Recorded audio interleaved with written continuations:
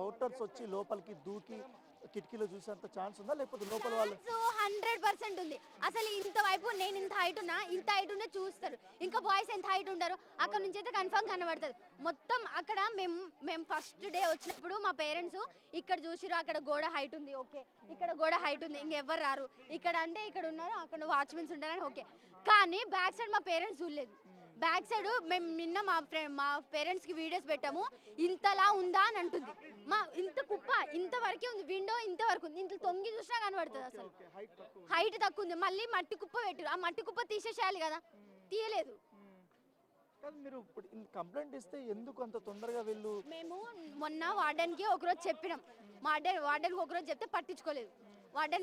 మళ్ళీ next day చెప్తే అప్పుడు వాళ్ళ పేరెంట్స్ తీసుకొని వచ్చారు. వాళ్ళు డైరెక్ట్గా వాళ్ళ పేరెంట్స్ తీసుకొని వస్తే అప్పుడు పట్టించుకున్నారు.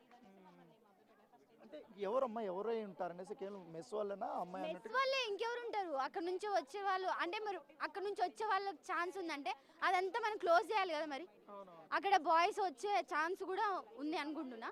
అక్కడ గోడ కూడా చిన్నగా ఉంది, ఆ గోడ మొత్తం జస్టిస్.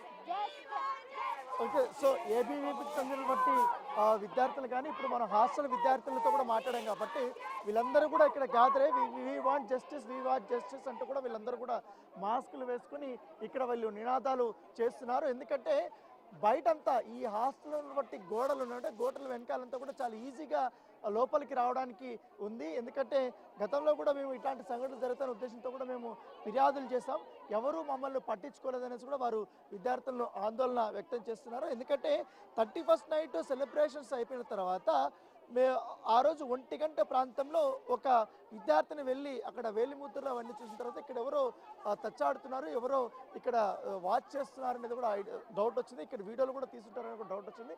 వెంటనే విద్యార్థులందరూ కూడా వార్డెన్ చెప్తే ఆ రోజంతా వార్డెన్ పట్టించుకోకపోగా ఎప్పుడైతే పేరెంట్స్ ఇన్ఫార్మ్ చేసి వాళ్ళని బయటకు తీసుకొచ్చారో, వాళ్ళని ఇక్కడ తీసుకొచ్చారో అప్పుడు ఆందోళన వ్యక్తం చేశారు.